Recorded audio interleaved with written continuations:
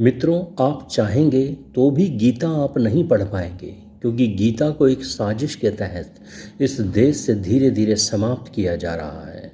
देश के बाबाओं के द्वारा पहले आपके मन में ये भ्रम भरा गया कि महाभारत घर में रख नहीं सकते, अगर ऐसा करेंगे तो घर में लड़ाई झगड़े होंगे। तो उसी महाभारत के बीच में है भीष्म पर्व, जिसके भीतर ये गीता दी हुई है।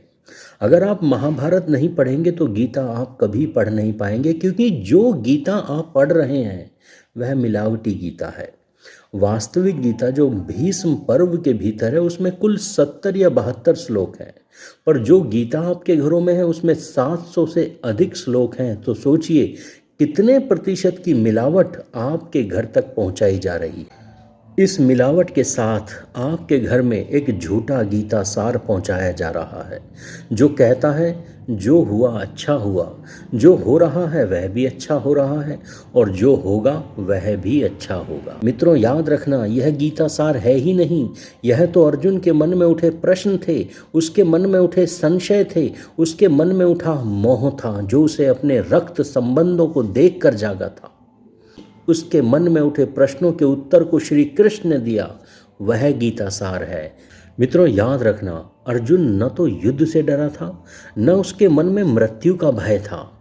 उसे तो केवल अपने रक्त संबंधों को देखकर मोह जाग उठा था, रक्त संबंधों का आकर्षण जाग उठा था। कभी कभी न्याय के मार्ग पर रक्त संबंध भारी पड़ जाते हैं, कभी कभी धर्म के मार्ग पर अपनों का मोह पथ भ्रष्ट कर देता है। बस इसी मोह से निकलने का उपदेश है गीता, जो श्री कृष्ण ने अर्जुन को दिया था।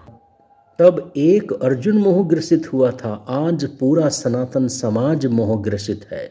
धर्म की रक्षा करेगा कौन? सच तो यह है कि आज संसार में सबसे अधिक मोह से ग्रसित कोई समाज है तो वह सनातन समाज है।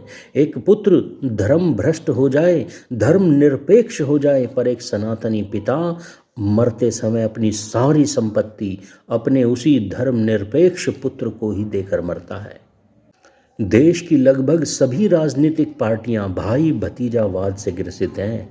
देश के लगभग सभी बाबाओं की संपत्ति पर उन्हीं के रक्त संबंधियों का, उन्हीं के रिश्तेदारों का कब्जा है। कोई धन से मोह कर बैठा है, किसी को सम्मान की भूख है, और कोई रक्त संबंधों के मोह से ग्रसित है। धर्म लगातार अंधकार की ओर बढ़ रहा है।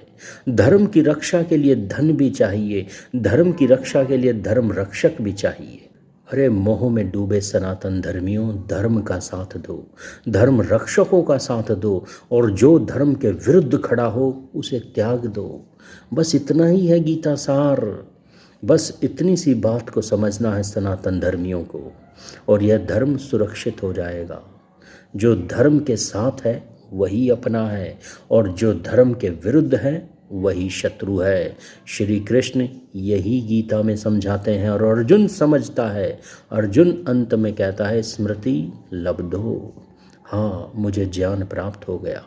सामने जो खड़े हैं, जो धर्म के विरुद्ध हैं, वो मेरे शत्रु हैं। भले ही ये मेरे पिता हो, दादा हो, भाई हो, मित्र हो, ये सब धर्म के विरुद्ध हैं, इसलिए आज ये सिर्फ मेरे शत्रु हैं।